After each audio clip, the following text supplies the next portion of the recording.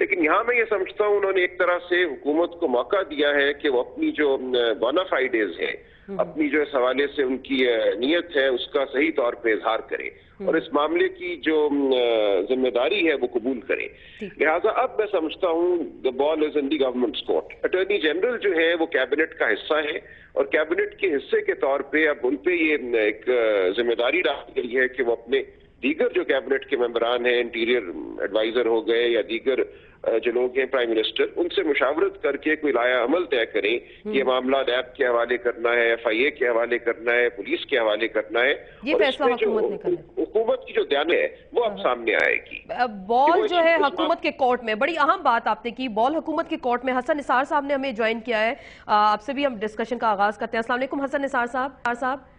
جی وعلیکم. حسن نثار صاحب، آج کی جو ججمنٹ کا ہم ذکر کریں، پہلے تو ہم نے رول آف میڈیا کے حوالے سے کچھ بات کی، لیکن اب اٹارنی جنرل کے کردار کے حوالے سے ہم بات کریں کہ کورٹ نے ان کو ڈائریکشنز دے دی گئیں اور حکومت اب جیسے بقول سلمان اکرم راجہ صاحب وہ بھی یہی کہہ رہے ہیں کہ حکومت ایکشن اس پہ کیسے دیکھ سکتی ہے، کیسے اس کو آگے اس معاملے کو لے جا سکتی ہے. بال ان کے کورٹ میں. تو کیا مطلب اب کورٹ نے جو کچھ اب کر دیا، حکومت کی جانب سب کچھ پھینک دیا، تو کیا حکومت اب اس کو کیسے ٹیکل کرے گی؟ اس ایشو کو آپ کیسے دیکھ رہے ہیں اس وقت؟ نہیں، حکومت to the best of their ability جو وہ بس it's a very smart government when it comes to matters and issues like دس.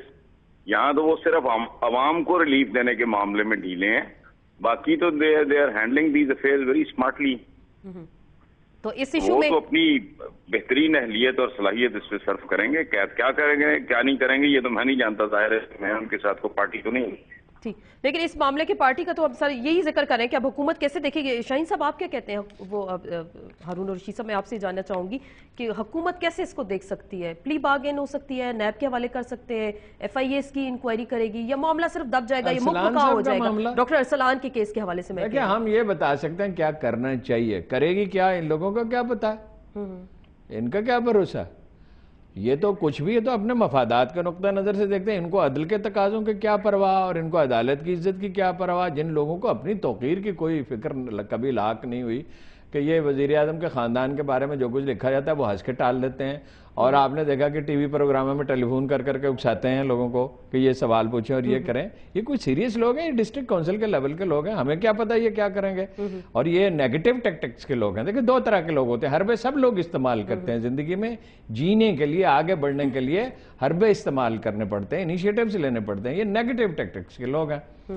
کرنا کیا ہے بھائی؟ دیکھیں قرآن کی آیت ہے وَلَكُمْ فِي الْقِصَاصِ حَيَاتٌ يَا أُولِي الْأَلْبَابِ. زندگی قصاص میں ہے. زندگی کی تمام نشو و نما کا انحصار یہ ہے کہ جہاں کوئی چیز ہو وہاں اس کا انعام دینا ہو تو انعام دیا جائے اور سزا دینی ہو تو سزا دی جائے. اور قصاص میں یہ ہے کہ at the time and appropriate, یہ ایسے عربی زبان کا لفظ ہے، at the time and appropriate, قانون کے مطابق، انصاف کے مطابق، بہترین دانش استعمال کر کے جو اس میں زندگی نشو و نما پاتی ہے.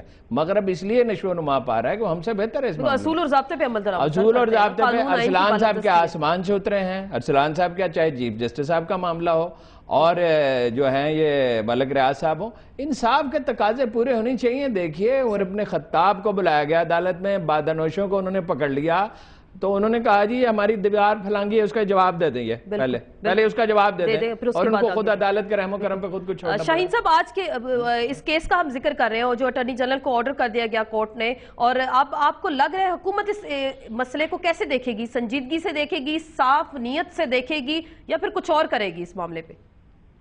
دیکھیے بات یہ ہے کہ حکومت تو بڑی خوش ہوگی کہ یہ معاملہ ان کے پاس آ گیا ہے. اب ان کے پاس پورا ٹائم ہے کہ وہ جس طریقے سے چاہیں اس کیس کو کور اپ کر لیں، کیونکہ سارے کے سارے پلیئر جو ہیں اس میں وہ سب حکومت کے ہی ساتھی ہیں. ملک ریاض صاحب صدر صاحب کے دوست ہیں، وزیر اعظم صاحب کے نام آ رہے ہیں، ان کے بیٹے قادر جیلانی کا ٹیلی فون انٹرویو سامنے آ رہا ہے یوٹیوب پہ. جی ہاں، اور وہ لوگ اور اٹارنی جنرل صاحب کا ایٹیٹیوڈ جو ہے عدالت میں آج جو جتنا انہوں نے ڈس ریسپیکٹ شو کی سپریم کورٹ کو، وہ سب کے سامنے ہے. تو نیب، FIA، یہ سارے کے سارے حکومت کے ادارے ہیں اور وہ ان کے کہنے پہ کام کرتے ہیں. تو وہ تو پورا کا پورا کور اپ کریں گے، پورا کا پورا لیپا پوتی کریں گے کہ کچھ نہیں ہوا. یہ سارا کا سارا الزام وہ ڈالنے کی کوشش کریں گے سپریم کورٹ پہ، چیف جسٹس پہ. لیکن ایک بات میں ضرور کہنا چاہوں گا، سپریم کورٹ نے اپنے کانڈکٹ کی وجہ سے